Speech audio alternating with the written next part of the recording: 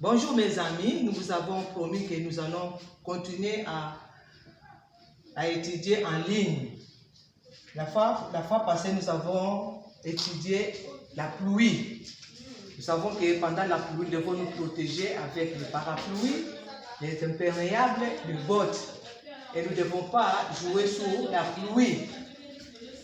Et aujourd'hui, nous allons parler sur les animaux. Nous allons parler sur les animaux domestiques à quatre pattes. Et ces animaux domestiques, leur corps est couvert de poils. Il y a ceux qui se nourrissent des herbes, on les appelle les herbivores. Et ceux qui se nourrissent de la chair, la viande, on les appelle les carnivores. Comme le lapin ici, c'est un herbivore. Il se nourrit des herbes, des légumes, des carottes. C'est pourquoi on l'appelle herbivore. Et nous avons ici les chiens. C'est un carnivore parce qu'ils se nourrissent de la chair, de la viande. Et nous devons savoir que ce sont des animaux domestiques. On dit des animaux domestiques, pourquoi? Parce qu'ils peuvent vivre avec les hommes. Ils ne sont pas dangereux. Ils ne sont pas dangereux. Ils vivent avec les hommes. Ce sont des amis des hommes. Les lapins, on joue avec les lapins des fois. Et puis les chiens aussi, c'est un ami fidèle à l'homme. Maintenant, nous allons parler sur les graphismes. Nous allons écrire les chiffres. Nous allons apprendre comment nous allons bien écrire les chiffres. Ici, nous avons des lignes, 3 lignes ici. Nous avons 3 lignes.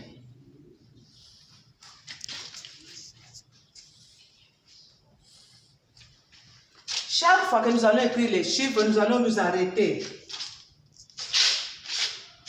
sur la deuxième ligne et puis continuer. Nous allons écrire les chiffres 1. Qu'est-ce que je vais faire? Je dois monter comme ça. Je descends, je dépasse la ligne comme ça et j'écris les chiffres 1. Je monte. Et puis, je descends. Je vais encore essayer. Je monte et puis je descends. On a toujours la flèche. Je monte et puis je descends. Nous allons passer au chiffre 2. Qu'est-ce que nous allons faire pour écrire le chiffre 2? Je dois mettre mon crayon ici, je tourne, je descends, j'arrive ici, je dépasse. Vous voyez, j'arrive ici, je peux m'arrêter. Et puis je continue. Et puis je vais vers le derrière comme ça. Qu'est-ce que je fais? Je tourne. Je descends jusqu'ici. Je mets ma flèche comme ça. Et puis je vais comme ça. Ça, c'est le chiffre 2. Je prends mon crayon ou mon marqueur. Je le pointe ici. Je contourne comme ça. Et je vais devant et puis je vais vers le derrière. Ensuite, avec les 3, c'est la même chose. Pour les 3 aussi, je fais toujours.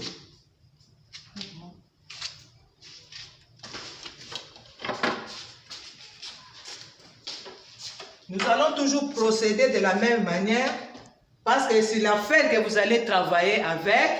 Il y a tout ce qui peut vous aider à écrire les chiffres 3 parce que je ne peux pas tout écrire pour vous. Vous allez travailler à la maison avec les chiffres 1, 2, 3. Vous allez suivre les schémas de la flèche pour bien écrire les chiffres 3. Il faut bien voir. Ne laissez pas les yaya ou le papa travailler pour vous. Vous devez vous-même vous efforcer à travailler. Il faut toujours suivre la flèche. Comment madame a dessiné la flèche et vous allez bien vous en sortir. Et maintenant, je passe la parole à madame Berthe qui va nous parler sur la structuration spatiale. Chers amis, nous venons de voir que les animaux domestiques à 4 pattes sont les amis de l'homme. Parmi ces animaux, il y a ceux qui nous donnent de la bonne chair, qu'on appelle des animaux comestibles comme les lapins, la vache, la chèvre, le mouton. Et il y en a aussi qui sont de bons gardiens de nuit et de jour, comme notre ami les chiens. Mais chers amis, attention, les chiens qui est votre ami, c'est votre chien. Le chien du voisin n'est pas votre ami. Nous sommes dans la structuration spatiale. La fois passée, quand vous avez vu avec Madame Bombo les animaux domestiques, Madame Bombo vous a dit que les chiens ont son logis. Les chiens ne peuvent pas passer la nuit dans notre maison. Et sa maison s'appelle la niche. Regardez bien sur la fiche, chers amis. Nous allons faire un petit jet de labyrinthe. Ce chien est devant beaucoup de parcours. Mais il doit définir le vrai parcours qu'il doit suivre pour arriver à sa niche. Alors, qu'est-ce que nous allons faire? Nous allons d'abord avoir une grande attention visuelle, voir les parcours qui s'arrêtent et les parcours qui ne s'arrêtent pas, qui nous amènent jusqu'à la niche. Et comment les faire? Nous pouvons les faire avec un crayon légèrement. Et moi, je vais essayer avec vous pour ne pas faire l'exercice avec vous. Je commence avec le premier parcours. Mon chien est là. Quand il vient là, il s'arrête. Quand il va de l'autre côté, il peut passer. Alors, je vous indique la voie à suivre pour arriver à la niche. Chers amis, bravo et bien travaillé. Et bien travaillé. Tapez les mains, tapez, tapez. 1, 2, 1, 2, 3. Tapez les mains. 1, 2, 1, 2, 3. 1, 2, 1, 2, 3. La fois passée, nous avons appris à compter de 1 à 4. Nous allons compter avec nos doigts de 1 à 4. 1, 2, 3, 4. Je reprends encore. 1, 2, 3, 4. Avec les bouchons. 1, 2, 3, 4. Avec mon pied. 1, 2, 3, 4. Je reviens sur l'exercice. Quelle est la consigne qui nous est donnée? On nous demande de colorier seulement. Chers amis, avant de colorier les 5 chiots que nous avons, aujourd'hui nous allons aussi apprendre à compter de 1 à 5. Comptons avec nos doigts de la main de 1 à 5. 1, 2, 3, 4, 5. Je reprends encore pour une deuxième fois. On tape les mains de 1 à 5. 1, 2, 3, 4, 5. Encore une fois. 1, 2, 3, 4, 5. Alors, qu'est-ce qu'il faut faire avant de colorier seulement 5 chiots? Nous allons d'abord compter 5 chiots. Et Madame Bomo nous a dit, pendant que nous comptons, nous devons mettre des repères. Comptons 5 chiots. 1 chiot, 2 chiots, 3 chiots, 4 chiots, 5 chiots. Et je m'arrête à 5. Je recommence encore. 1 chiot, 2 chiots, 3 chiots, 4 chiots et 5 chiots. Et maintenant, avec mon crayon, les chiots ont beaucoup de couleurs. Ils peuvent être noirs, ils peuvent être tout blancs, ils peuvent être aussi gris, ils peuvent être aussi,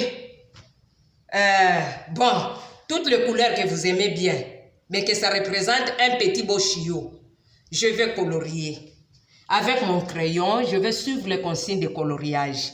Je colorie de haut en bas sans dépasser le contour. Je colorie de haut en bas sans dépasser les contours. Je peux aller aussi de gauche à droite sans dépasser les contours jusqu'à ce que j'ai colorié mes 5 chiots. Bravo, chers amis.